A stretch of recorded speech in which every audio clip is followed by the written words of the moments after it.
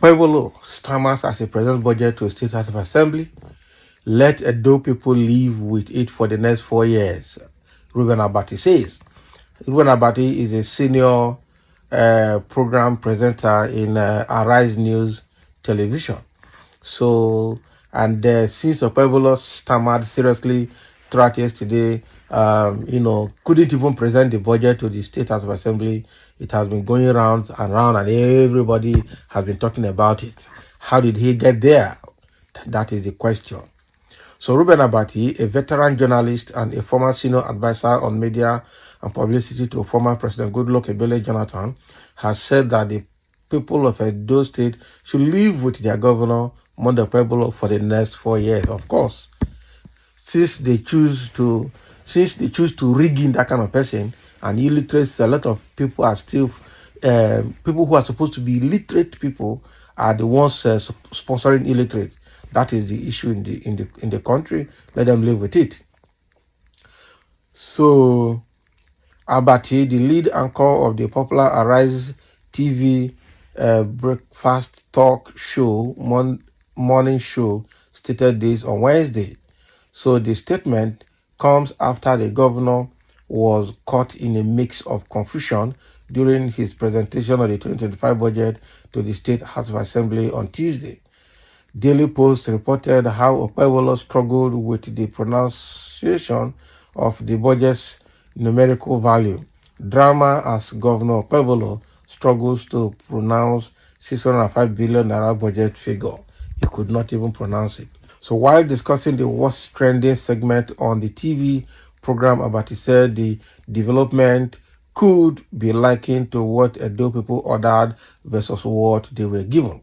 So he said, well, I sympathize with the people of Edo State, the state that produced Professor Ambrose Ali, the state that produced my former teacher, Professor Osareme Osumbo, has now produced an individual who cannot even pronounce 650 billion naira, finding it very difficult. Quite unfortunate. I don't understand this argument about being dyslexic and all of that. Well, it has to be medically proven. I think that what we are suspecting here is a question of what Edo people ordered and what they were given. So they do this thing on social media. What I ordered, what I got. This is a state that has Asha Wadalo, who has been chairman of a bank, who knows about numbers, who knows about laws, who would have pronounced it well, very well. Now democracy throws up its own tricks. This is what Edo State people said they have ordered. Let them live with it for the next 4 years. Exactly. It is just quite disturbing. And the worst of all is that the APC chairman in Edo State is defending the situation and telling everybody criticizing Okpebholo to go to hell and die and burn to ashes. How can Tenebe be saying that? Jared Tenebe. So why would he be saying that? And at the end of the day, what value is that kind of person bringing to the entire state? Who will bring his money to invest in a state where the governor cannot even recognize numbers? That is the problem. Who from outside the state will bring his money to Edo State to invest in a state where the governor does not recognize numbers?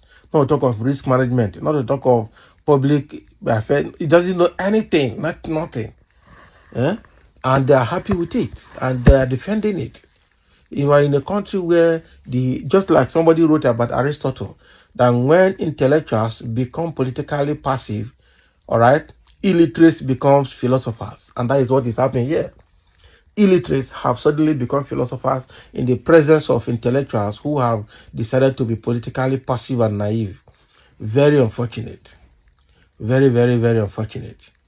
And it is a problem that we're going to live with. We lived with it with Buhari for 8 years, where Buhari was this kind of person. Buhari is even better than Okpebholo. Buhari, to a certain extent, could read what was written. It's just that he's just not conscious of anything at all. Now we just went there and came to this second level of APC again, We've seen what is happening, the caliber of people that are, gaining ground politically in Nigeria right now. It's an unfortunate situation, and I don't know how Nigeria will get out of the mess. It's a big one. And also, fluency in English and numbers don't equate to great performance. He could be one of the best governors of Edo if he performs well. What do you mean? What are you defending? What cannot be defended? Why won't companies and banks bring such people to become their MDs and CEOs? What is the difference between being a governor of a state, the president of a country, and being a chairman CEO of a business establishment? Why? Okay, the people that are talking here, can they bring a whole illiterate who cannot read a vehicle plate number to be their gate man? Will you do that? You cannot. You cannot. Will you go to a church where the pastor or the imam cannot even read the Bible, cannot say anything in English effectively? Will you stay there? Even though we know that the things of God are mysterious, but then we are in a world where education is key, exposure is key, and if you want to excel, you cannot, excel beyond your level of self-development, and then somebody will come and be defending all of these things. Now, wow, telling you, the thing is very funny. And also, just look at what Adams Oshomole has done to the people of Edo State. What a mess! It's a very big one. Oh. Is governance only about figure pronunciation? Can look at these people that are somebody that is defending. So somebody say, which one is he perfect in doing? He earlier promised security while he was campaigning. How did he win the senatorial election or the APC governorship primaries election? He should exchange with the deputy for where they not agree. They not agree. And somebody saying very pathetic and disgraceful.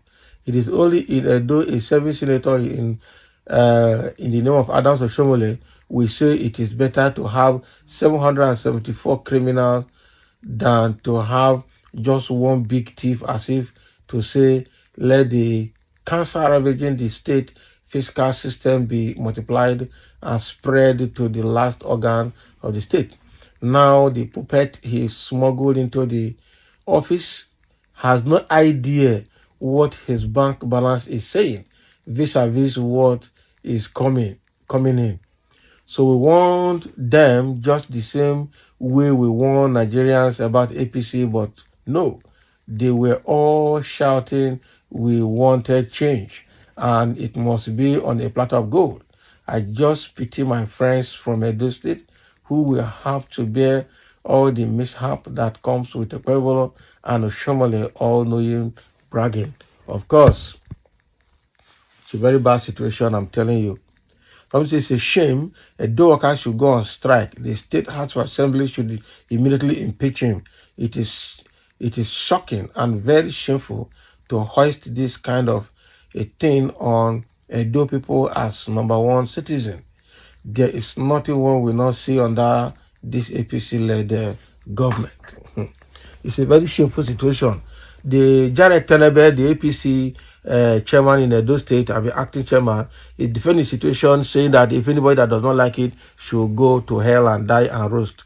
Very unfortunate, and that's a statement that he needs to, apologize to the people of Edo State and Nigerians, because first of all, Okpebolo is not the governor of APC, he's the governor of Edo people, and if Edo people are angry with the presentation, then Tenebe does not have that right to insult the whole of Edo people and Nigerians because of the blunder that their candidate is making in office. That's a very bad one. I just hope that somebody in Edo State will challenge this situation, seriously, and let all this nonsense stop. So thank you for listening, and let's have your comment over this issue in Edo State.